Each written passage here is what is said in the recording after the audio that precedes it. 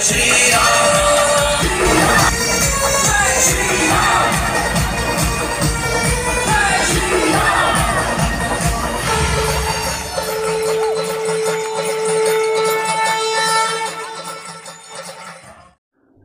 বন্ধুরা, কেমন আছেন সবাই? আশা করি সবাই ভালো আছেন। আমি চিরঞ্জিত, আর আমার ইউটিউব চ্যানেলে আপনাদের স্বাগত। আজকে আমি নিয়ে এসেছি আমার আর এক তীর্থস্থান ভ্রমণের অভিজ্ঞতা নিয়ে। তা হলো মাত্র ১৬০০ টাকা খরচ করে অযোধ্যা রাম মন্দির দর্শন। হ্যাঁ বন্ধুরা, ঠিকই শুনেছেন, মাত্র ১৬০০ টাকা খরচ করে অযোধ্যা রাম মন্দির দর্শন করে এলাম। তার অভিজ্ঞতা আপনাদের সামনে শেয়ার করতে চলেছি। আপনাদের মনে প্রশ্ন জাগতেই পারে যে মাত্র ১৬০০ টাকা খরচ করে অযোধ্যা রাম মন্দির দর্শন। হ্যাঁ বন্ধুরা, এই ১৬০০ টাকা শুধুমাত্র গাড়ি ভাড়া নয়, এই ১৬০০ টাকার মধ্যে রয়েছে গাড়ি ভাড়া, থাকা, খাওয়া, সমস্ত খরচ, অর্থাৎ আপনার যাওয়া থেকে বাড়ি ফেরা পর্যন্ত সকল খরচ এই ১৬০০ টাকার মধ্যে রয়েছে। তো চলুন দেখে নিই আজকের আমার সেই তীর্থস্থান ভ্রমণের অভিজ্ঞতা নিয়ে। সকল সনাতনী ধর্মাবলম্বী মানুষদের বহু প্রতীক্ষিত, বহু আকাঙ্ক্ষিত, প্রায় ৫০০ বছরের বিতর্কিত সেই রাম মন্দির দর্শন, যা উত্তরপ্রদেশের অযোধ্যা নগরীতে অবস্থিত। আমি সত্যিই খুবই ভাগ্যবান, প্রভু শ্রী রামচন্দ্রের অশেষ কৃপায় মন্দির সহ প্রভু শ্রী রামচন্দ্রের দর্শন করতে পেরেছি। ২০২৪-এর ২২শে জানুয়ারি এই রাম মন্দিরে প্রভু শ্রী রামচন্দ্রের প্রাণ প্রতিষ্ঠা হয়। এই মন্দিরে ভাঙা গড়ার অনেক ইতিহাস রয়েছে, সেসব নিয়ে পরে আপনাদের সঙ্গে আলোচনা করব। আজকে আপনাদের আমি রাম মন্দির দর্শন করতে যাওয়ার শুরু থেকে শেষ পর্যন্ত অভিজ্ঞতা শেয়ার করব। তো চলুন বন্ধুরা, আর সময় নষ্ট না করে দেখে নিই সেই ভিডিওটি শেষ পর্যন্ত দেখুন। ভিডিওটি ভালো লাগলে লাইক, শেয়ার এবং কমেন্টস করবেন ও চ্যানেলটি অবশ্যই সাবস্ক্রাইব করে বেল আইকনটি ক্লিক করুন। ২০২৪ সালের ২২শে জানুয়ারি প্রভু শ্রী রামচন্দ্রের প্রাণ প্রতিষ্ঠা দিবস উপলক্ষে ভারতীয় রেল তথা ভারত সরকার প্রায় ২ মাস ধরে সকল দর্শনার্থীদের জন্য এক বিশেষ প্যাকেজ ঘোষণা করেন। তা হলো মাথা পিছু ১৬০০ টাকা খরচে রাম মন্দির দর্শন। আর দেরি না করে ১৬০০ টাকা করে ৩ জন, অর্থাৎ মা, আমার ও পাড়ার এক ভাইয়ের মোট ৪৮০০ টাকা এবং প্রত্যেকের আধার কার্ডের জেরক্স দিয়ে দিলাম। ১ সপ্তাহ পর টিকিটের পরিবর্তে আমাদের এই আই কার্ড দেওয়া হলো। এই আই কার্ড গলায় থাকলে আপনার এক্সট্রা কোনো খরচ লাগবে না মন্দির দর্শন করে হাওড়া স্টেশন ফেরা পর্যন্ত। যথারীতি ২০ ফেব্রুয়ারি সন্ধ্যে ৭টায় রাম মন্দির দর্শন করতে যাওয়ার জন্য আমরা হাওড়া স্টেশনে উপস্থিত হলাম। ঠিক সন্ধ্যে ৭টা ৪০ হাওড়া থেকে ট্রেন ছাড়লো। রেলওয়ের পক্ষ থেকে আমাদের রাতের খাবার দেওয়া হলো। পরের দিন সকালে চা, টিফিন ও দুপুরে লাঞ্চ দেওয়া হলো এবং ঠিক দুপুর ২:৩০ আমরা উত্তরপ্রদেশের কাতরা স্টেশনে পৌঁছালাম। উত্তরপ্রদেশের সরকারের পক্ষ থেকে আমাদের স্বাগত জানানো হলো। তারপর উত্তরপ্রদেশ সরকারের পক্ষ থেকে ইলেকট্রিক চালিত বাসে করে আমাদের রিসিভ করা হলো। কাতরা স্টেশন থেকে প্রায় ১০ কিলোমিটার দূরে এক বিরাট মাঠে বড় বড় তাঁবুর মধ্যে মাথাপিছু একটি করে খাটে আমাদের থাকতে দেওয়া হলো, যেখানে ভারতবর্ষের বিভিন্ন রাজ্য থেকে বিভিন্ন মানুষরা এসে থাকতে পারবেন। খুব সুন্দর ব্যবস্থা করেছিল আমাদের জন্য। আমরা ওখানে রাতে থেকে সকাল সকাল বেরিয়ে পড়লাম রাম মন্দির দর্শন করতে। প্রথমে আমরা লতা মঙ্গেশকর চকে পৌঁছালাম। এর ঠিক পাশেই রয়েছে সরজু নদীর টানেল, যেখানে বহু ভক্তবৃন্দরা পুণ্য স্নান করতে আসেন, এবং তার থেকে কিছুটা দূরে রয়েছে সরজু নদী, যেখানে প্রতিদিন সন্ধ্যা আরতি হয় এবং সকালেও পুণ্য স্নান ও আরতি হয়। আমরা প্রথমে লতা মঙ্গেশকর চক পরিদর্শন করে তারপর সরজু নদীতে স্নান করলাম।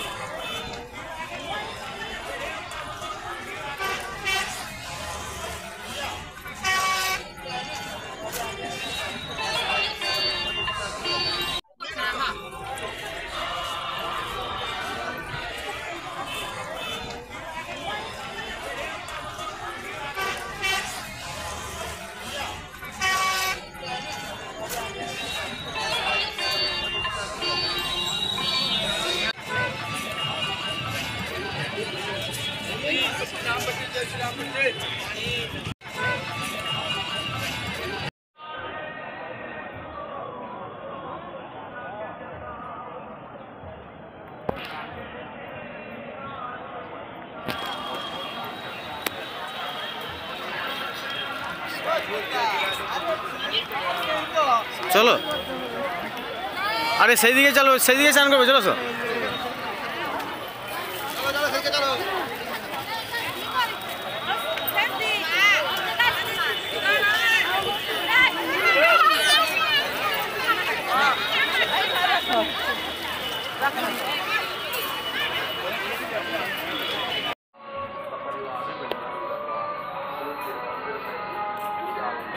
সত্যি হ্যাঁ, অযোধ্যাতে হনুমানের ছড়াছড়ি, হ্যাঁ বুঝছি, হনুমান আর হনুমান। দেখছিস তো সেই দিন কেউ ধরেনি না, এখানে ধরবে না।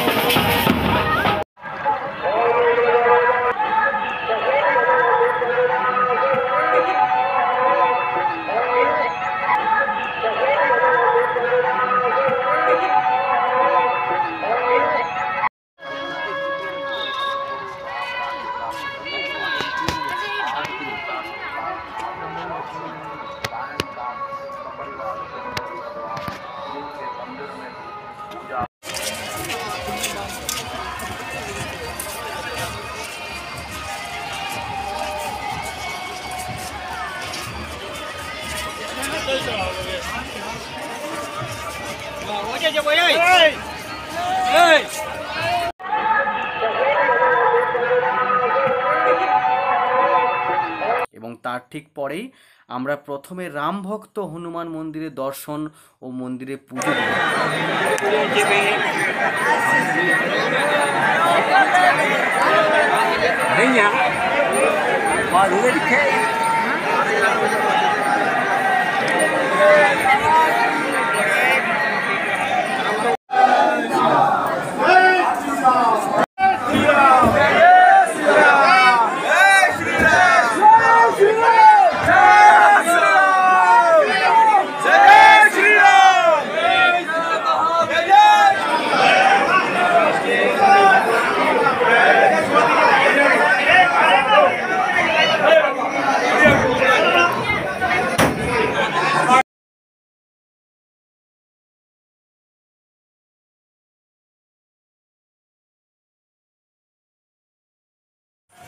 অবশেষে আমরা রাম মন্দির দর্শন করার জন্য আমরা রাম মন্দির গেটে পৌঁছে গেলাম।